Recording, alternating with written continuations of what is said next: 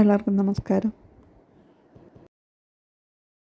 Rape ചെയ്തിട്ടുണ്ടെങ്കിൽ പഠിച്ച ആളല്ലേ, വിദ്യാഭ്യാസമുള്ള ആളല്ലേ, അവർ ഡോക്ടറല്ലേ, വിദ്യാഭ്യാസമുള്ള ഒരു ഡോക്ടറെ റേപ്പ് ചെയ്തിട്ടുണ്ടെങ്കിൽ ഏൻ പോലീസ് കംപ്ലൈൻറ്റ് അറിയുന്ന കാര്യമാണ്. അതായത് എന്നെയും എൻ കുടുംബത്തെയും ഭയങ്കരമായിട്ട് ഹരാസ് ചെയ്യുന്നുണ്ട്. ഇപ്പോൾ കേരളത്തിൽ என்னென்னா ആർക്കെങ്കിലും പൈസ ഇല്ലെങ്കിൽ ഒരു മൊബൈൽ ഫോൺ വെച്ചിട്ട് എന്നെക്കുറിച്ച് മോശമായിട്ട് സംസാരിച്ചാൽ കാശുണ്ടാക്കാൻ പറ്റും. അപ്പോൾ ആ ലെവലിലായിപ്പോയി. ഇതൊരു തൊഴിലാണ്, ഇതൊരു ജാബാ. ഒരു സെലിബ്രിറ്റിയെ ഒരു പേരെടുത്തിട്ട് ரொம்ப டிஸ்டர்பிங் ஆனது. என் ஒய்ஃபை கோகிலாவை எடிவாடினொക്കെ വിളിക്കുന്നു. ഇത് എവിടുത്തെ സംസ്കാരം ഇത്? நான் ஃபாதர், இவர் டாக்டர்ன்றா, நாங்கள் ஹஸ்பண்ட் ஒய்ஃபு. எங்கே சகிக்கும்? இதுக்கு ஒரு ஃபுல் ஸ்டாப் வேண்டே. இது ஒரு சீரீஸ் மாதிரி போகுதுப்பா, வெப் சீரீஸ் இல்லை, എപ്പിസോഡാ. ഞാൻ ആരെ കുറിച്ച് പറയുന്നത് നിങ്ങൾക്ക് എല്ലാവർക്കും അറിയാം. ഇപ്പം എങ്ങനെ ഇവിടെ ഇത്ര ചാനലിവിടെ ഉണ്ട്. മനസ്സ് നൊന്ത് പോയി, മനസ്സ് വേദനയുടെ ഒരു ചോദ്യം ചോദിക്കട്ടെ. ഞാൻ റേപ്പ് ചെയ്യുന്ന ആളാ, ഒരു സ്ത്രീയെ റേപ്പ് ചെയ്യുന്ന ആളാ. 1.5 വർഷം 2 വർഷം റേപ്പ് ചെയ്തുകൊണ്ടേ ഇരിക്കുമോ ഒരു സ്ത്രീയെ? ഒരു പ്രാവശ്യം ചെയ്താലല്ലേ റേപ്പ്, പിന്നെയും റേപ്പ് ചെയ്താൽ അതെങ്ങനെ റേപ്പാവും? ഞാൻ ഒരു ലിവർ ട്രാൻസ്പ്ലാന്റഡ് പേഷ്യൻ്റ്, എല്ലാവർക്കും അറിയാം. ലിവർ ട്രാൻസ്പ്ലാന്റഡ് പേഷ്യൻറ്റ് ഓപ്പറേഷൻ കഴിഞ്ഞപ്പോഴാണ് വന്നത്, ഓപ്പറേഷൻ ടൈമിലാണ് വന്നത്. അതിന് മുമ്പ് എവിടെയായിരുന്നു അത് ആർക്കും അറിയില്ല. എലിസബത്ത് എവിടെ ഉണ്ടായിരുന്നു ആർക്കും അറിയില്ല. എന്തൊക്കെ ഹറാസ്മെൻറ്റ്. ഇപ്പോൾ 1.5 വർഷം കഴിഞ്ഞിട്ട് ഇപ്പം ഏൻ പറയണം ഇത്രയും നാൾ എലിസബത്ത് എവിടെ ഉണ്ടായിരുന്നു? 1.5 കൊല്ലം. ഇത് വലിയ തെളിവല്ലേ? ശരി, ഞാൻ ഒരു ചോദ്യം എല്ലാവരുടെടുത്തും ചോദിക്കാനും.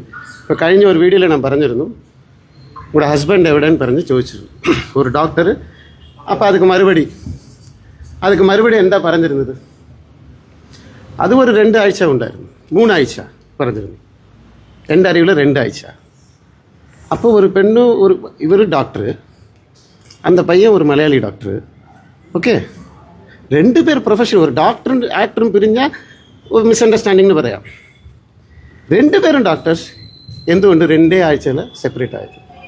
അപ്പോൾ ഒരു ചോദ്യം വരുന്നില്ലേ, ജസ്റ്റിസ് ഫോർ എലിസബത്തിൻ്റെ ജസ്റ്റിസ് ഫോർ മെയിൽ ഡോക്ടർ ഞാൻ சொன்னால் എത്ര പേര് അംഗീകരിക്കും? അയാളുടെ ജീവിതം എന്തായെന്ന് അറിയാമോ നിങ്ങൾക്ക്? അറിയാമോ? ഒരു ഡൈവേഴ്സ് കേസിൽ എന്തൊക്കെ സംഭവിക്കണമെന്ന് അറിയാമോ? ഓരോരുത്തരുടെ ജീവിതത്തിൽ ഭയങ്കര കഷ്ടപ്പാ. ഇതെല്ലാം കടന്നു വന്ന് മരണത്തെ பார்த்து ഒരു ലിവർ ട്രാൻസ്പ്ലാന്റ് ആയ ശേഷം கல்யாண ജീവിതത്തിൽ இப்போ தான் நான் நிம்மதியாக சந்தோஷமாக ஒரு குடும்ப லைஃப் கொச்சி விட்டு வைக்கத்தில் போயிருக்கேன். இந்த டைமில் நான் என்னென்ன பண்ணிட்டேன்னா ரேப் பண்ணிட்டேன். என்னோடய சேரிட்டி ஒர்க்கு சத்தியமாக சொல்கிறேன், இந்த மாதம் 21ஆம் தேதி ஒரு பெண் குழந்தைக்கு ஹார்ட் ஆப்ரேஷன் கோட்டயம் காலேஜில் நான் என் செலவில் பண்ணியிருக்கேன். இல்லைன்னு പറയാൻ പറ്റുമോ? இல்லைன்னு പറയുന്ന ഒരുത്തൻ പോയി അവിടെ ചോദിക്ക്. இல்லைனா സംശയം ഉണ്ടെങ്കിൽ എൻ്റെ വീട്ടിൽ പോവാ, വൈക്കത്തിൽ நான் பில்லு காட்டுறேன். என் சொந்த காசில் நான் கொடுத்துருக்கேன். இப்போ என்ன ஃப்ராட் தரமா? சேரிட்டி ஃப்ராடா? நான் இப்போ குழல் பண்ண அடிக்கிறேன்னா? இதெல்லாம் பச்சை போய் எத்தனை அலிகேஷன்ஸ். മരിച്ചു പോയ അച്ഛനെ കണ്ടിട്ട് പോലും ഇല്ല. മരിച്ചു പോയ അച്ഛനെ കണ്ടിട്ടില്ല. എൻ്റെ അച്ഛൻ പറഞ്ഞു കൊടുത്തു, ആരെ വേണാൽ കൊല്ലാം, ബാങ്കിൽ പൈസ ഇരുന്നാൽ മതിന് എൻ്റെ അച്ഛൻ പറഞ്ഞു കൊടുത്തു. ആരെങ്കിലും പറയാം, നീ സംസാരിച്ചു.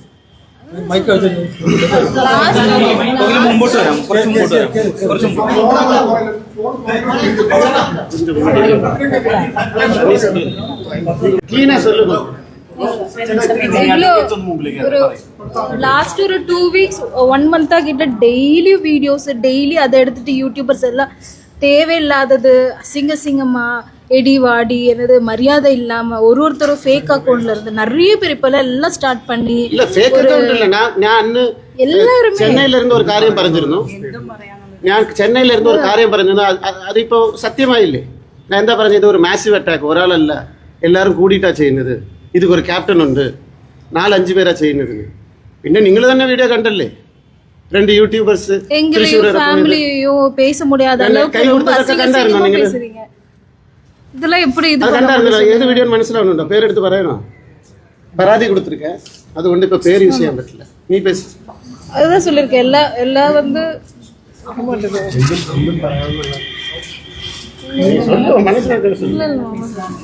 பேச கூட எனக்கு வந்து ஒரு மாதிரி இருக்கு. நீங்க எல்லாம் இப்போ நீங்கள் போட்டால் கூட அது வந்து எப்படி சொல்கிறது, நெகட்டிவாக தான் அவங்க பேசுவாங்க. ஒரு கமெண்ட் கூட படிக்க முடியல, பார்க்க முடியல. அவ்வளோ அசிங்கமாக ரொம்ப கீழ்த்தனமாக பேசுகிறாங்க. ஏன்னா கமெண்ட் பண்ணுறது எல்லாமே ஒரு பொண்ணு ஒரு பையனும் தான். அவங்களுக்கு கொஞ்சம் கூட மனசாட்சியே இல்லாமல் ரொம்ப அசிங்கமாக பேசுகிறாங்க. இதெல்லாம் எப்படி வந்து என்னால் இது பண்ண முடியும்? கமெண்ட் எத்தனை பேர் ஒரு சேனலில் ஒரு சீரீஸ் மாதிரி ஒரு ஹஸ்பண்ட் அண்ட் ஒய்ஃபை டேமேஜ் பண்ணுறீங்க. ஒரு பேஷண்ட், நான் ஜீவிதம் முழுவன் நான் டேப்லெட்ஸ் கழிக்கணும், மனசமாதானமாயிட்டு ஜீவிக்கிறேன், சத்து போய் எனக்கு திருச்சி ஜீவன் தெய்வம் கொடுத்தா இப்போ அந்த ஜீவனை எடுக்கிறதுக்காக சிரமிக்கிறீங்களா? நான் நன்னாயிட்டு நாங்கள் 2 பேரும் ஜீவிக்கிறது எங்களுக்கு இஷ்டம் இல்லை. நான் எந்த அண்ணு പറഞ്ഞ ഞാൻ കല്യാണം കഴിക്കും, எனக்கு കുടുംബ ജീവിതം വേണം, എനിക്കും കുട്ടികൾ വേണം ഞാൻ പറഞ്ഞിട്ടുണ്ട്. എനിക്ക് ഒരു കുട്ടി ജനിക്കുന്നതൊക്കെ ആർക്കും ഇഷ്ടമില്ലേ? ഞാൻ എല്ലാം നഷ്ടപ്പെട്ട ഒരു മനുഷ്യനാണ്. ഞാൻ റേപ്പ് ചെയ്യുവോ? ഒരു പെണ്ണിനെ റേപ്പ് ചെയ്യുവോ? അത് നിങ്ങൾ വിശ്വസിക്കുവോ? അത് ഇന്ന് വരെ റേപ്പ് ചെയ്തിട്ടുണ്ടെങ്കിൽ പഠിച്ച ആളല്ലേ, വിദ്യാഭ്യാസമുള്ള ആളല്ലേ, അവർ ഡോക്ടറല്ലേ? വിദ്യാഭ്യാസമുള്ള ഒരു ഡോക്ടറെ ഞാൻ റേപ്പ് ചെയ്തിട്ടുണ്ടെങ്കിൽ ഏൻ പോലീസ് കംപ്ലൈൻറ്റ് കൊടുക്കില്ല? അത് സിറ്റി കമ്മീഷണർ ചെന്നൈയിൽ എൻകിட்ட ரெக்கார்டு இருக்கு. അന്നേ ഞാൻ കംപ്ലൈൻറ്റ് കൊടുത്തിരിക്കேன், അന്ന് ഞാൻ കൊടുത്തിട്ടുണ്ട്. അതിൻ്റെ റെക്കോർഡ് എൻ്റെ കയ്യിൽ ഇരിക്കും, എല്ലാം കാണിച്ചു കൊടുത്തത്. പോലീസ് എൻ്റെ വീട്ടിലേക്ക് എത്തി. ഇത് കമ്മീഷണർ ഓഫീസിൽ നിന്ന് പോലീസ് വന്നു, പക്ഷേ എന്തിനാ സൂയിസൈഡ് അറ്റംപ്റ്റ് ചെയ്തു എന്ന് ചോദിച്ചില്ല. അങ്ങനെയൊക്കെ ഉണ്ടാവുമോ? സംഭവം അങ്ങനെയൊക്കെ ഉണ്ടാവുമോ? എൻ്റെ ഭാഗത്ത് തെറ്റുണ്ടെങ്കിൽ ഞാൻ എന്തിനാ പോലീസ് കംപ്ലൈൻറ്റ്, അതും സൂയിസൈഡ് അറ്റംപ്റ്റ് ചെയ്യും?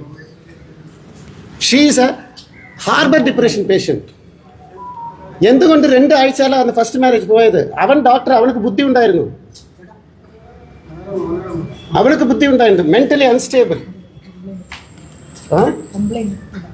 നീங்க பேசு. എന്തെങ്കിലും ഡൗട്ട് ഉണ്ടെങ്കിൽ നിങ്ങൾ ചോദിക്കാം, വക്കീലെടുത്ത് ചോദിക്കാം. വക്കീൽ കുറച്ച് ഫ്രണ്ടിലോട്ട് വെക്കാമോ? മുമ്പോട്ട് വെക്കാമോ? കുറച്ചുകൂടെ ഫ്രണ്ടിൽ കയറിക്കാം.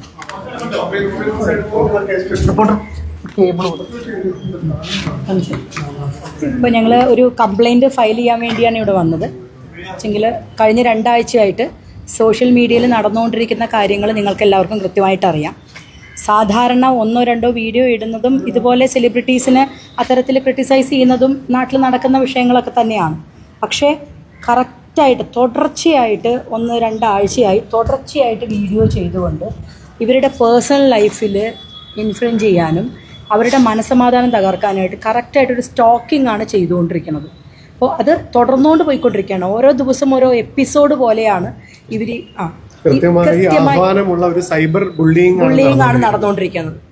അത് ഒരു വലിയൊരു ഗൂഢാലോചനയുടെ ഭാഗം കൂടിയാണ്. ഒരുപാട് ഒരാൾ പരാതി കൊടുക്കുന്നതോ ആ പരാതിക്ക് നമ്മൾ നിയമപരമായി അഡ്രസ്സ് ചെയ്യുന്നതോ പോലെയല്ല ഇത്. ഇത്തരത്തിൽ ഓറലായിട്ട് വാചാലെ കുറേ ആരോപണങ്ങൾ നടത്തുന്നുണ്ട്. പക്ഷേ ഇന്നേ വരയ്ക്കും ഒരു പ്രോപ്പർ പോലീസ് കംപ്ലൈൻറ്റ് കൊടുക്കാനോ ആ തരത്തിൽ മുന്നോട്ട് വരാനോ അവർക്ക് കഴിയാത്തത് ഞങ്ങൾ മനസ്സിലാക്കി. ഇപ്പോൾ വക്കീൽ ഒരു നിയമ കാര്യമായി ബന്ധപ്പെടുന്ന അഭിഭാഷകരെന്ന നിലയിൽ നമ്മൾ മനസ്സിലാക്കുന്നത് അതിന് കൃത്യമായി അവർക്ക് തെളിവുകളില്ലാത്തതുകൊണ്ടാണ്.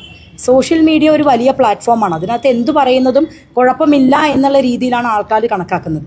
ഇവരുടെ കോപ്പിറൈറ്റുള്ള ചാനലിലെ വീഡിയോസ് എടുത്തുകൊണ്ട് ആ വീഡിയോസിൻ്റെ കുറേ ഭാഗങ്ങൾ കട്ട് ചെയ്ത് പല യൂട്യൂബർമാരും ആ യൂട്യൂബർമാർ അങ്ങനെയാണ് അത് വന്ന് ചെയ്യുന്നത്. എഡിറ്റ് ചെയ്തെടുത്ത് മാനിപ്പുലേറ്റ് ചെയ്ത് വീഡിയോയുടെ ഭാഗങ്ങൾ റീപബ്ലിഷ് ചെയ്തുകൊണ്ടിരിക്കുന്നു.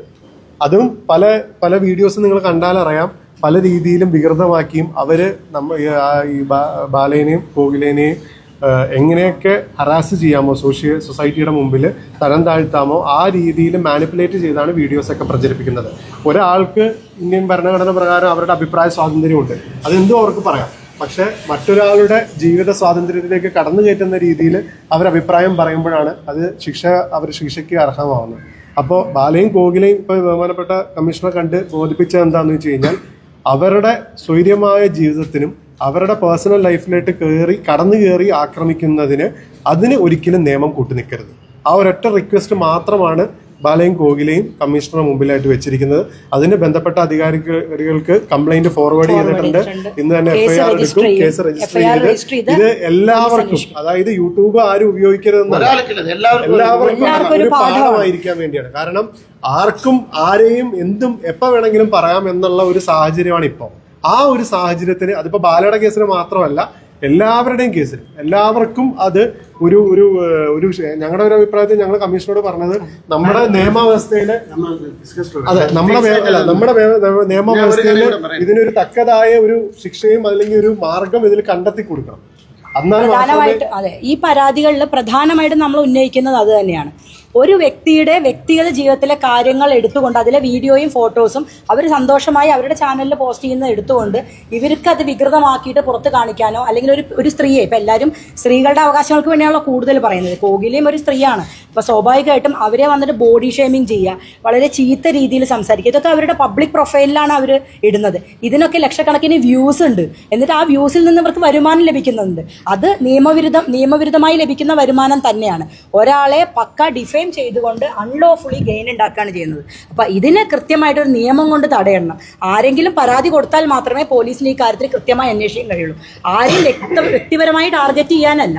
പക്ഷേ ഇത്തരത്തിലൊരു രീതി നടന്നുകൊണ്ടിരിക്കുന്നത് ഇനി തുടർന്നുകൊണ്ട് കൊണ്ടുപോകാൻ പാടില്ല. പ്രത്യേകിച്ച് യൂട്യൂബിലെല്ലാം തന്നെ എല്ലാവർക്കും വരുമാനം ഉണ്ടാവാൻ വേണ്ടി ആരെപ്പറ്റിയും എന്തും പറയാമെന്നായാൽ നമുക്കൊന്നും ഒരാൾക്കും ജീവിതത്തിൽ പ്രൈവസി ഉണ്ടാവില്ല, സമാധാനപൂർവ്വം മുന്നോട്ട് പോകാൻ കഴിയില്ല. അത്ര മാത്രമേ ഉള്ളൂ ഉദ്ദേശം.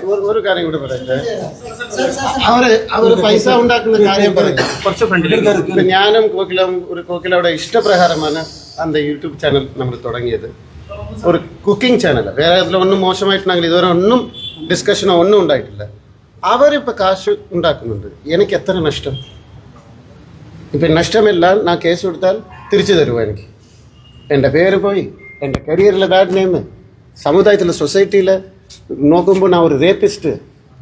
എന്നെ 19 വയസ്സ് താഴെ ഇരിക്കുന്ന പെണ്ണെയും 60 വയസ്സ് മേലെ അമ്മമാണ് എനിക്ക് സെക്ഷുവൽ പ്രയോറിറ്റി എന്ന് പറയുന്നു. എന്താ ഇത്? അസിങ്ങല്ല. ഒരു അമ്മമ്മ പ്രായത്തിൽ ഒക്കെ എനിക്ക് സെക്ഷുവലി ഭയങ്കര ഇഷ്ടം. ഇങ്ങനെ ഒരു ഡോക്ടർ സംസാരിക്കുമോ? വിദ്യാഭ്യാസമുള്ള ഒരു ഡോക്ടർ സംസാരിക്കുമോ? ഇല്ല മെന്റൽ പേഷ്യൻറ്റ് സംസാരിക്കുമോ? വേറെ ഒരു കാര്യം, എൻ്റെ വൈഫ് வந்து സൊസൈറ്റിയിൽ വയലൻസ് വരുത് ഫസ്റ്റ് മനസ്സിലാക്കണം. അടുത്തവൻ്റെ ഫാമിലിയിൽ കയറി പോകുമ്പോഴാണ്, അവരുടെ പ്രൈവറ്റ് സ്പേസിൽ കയറി പോകുമ്പോൾ പേഴ്സണൽ ആകുന്നത് அந்த ഇഷ്യൂസ്. ഇപ്പോൾ ഞാൻ കംപ്ലൈൻറ്റ് കൊടുക്കുന്നുണ്ട്, നിയമപ്രകാരം ഞാൻ ചെയ്തിട്ടുണ്ട്. എന്നിട്ടും എന്നെ പ്രൊവോക്ക് ചെയ്തുകൊണ്ടേ ഇരുന്നാൽ, എൻ്റെ ഭാര്യയെ എടിവാടിയും പറഞ്ഞാൽ ഒരു ദിവസം ഞാൻ നടൻ ബാലവായിരിക്കില്ല, ന്യായം നോക്കില്ല, ചിലപ്പോൾ ഞാൻ ഇടിക്കേണ്ടി വരും. അത് ഞാനല്ല, നിങ്ങളായാലും ശരി. നിങ്ങളുടെ ഭാര്യ അവ കെട്ടിയ പോലെ എടി വാടീനെ ആരെങ്കിലും വിളിച്ചാൽ നിങ്ങൾ ചവിട്ടി അടിക്കും. പക്ഷേ നമ്മളിപ്പോൾ നിയമപരമായിട്ട് പോയിരിക്കുന്നു വയലൻസ് വേണ്ടാന്ന് പറഞ്ഞിട്ട്. ഇനി ഇത് ഒരു ഞാനിപ്പോൾ എടുത്തിരിക്കുന്ന സ്റ്റെപ്പ് എല്ലാവർക്കും ഒരു എക്സാമ്പിൾ ആയിരിക്കും. ഞങ്ങൾ ജയിച്ചിരിക്കും, തീർച്ചയായിട്ടും ജയിച്ചിരിക്കും.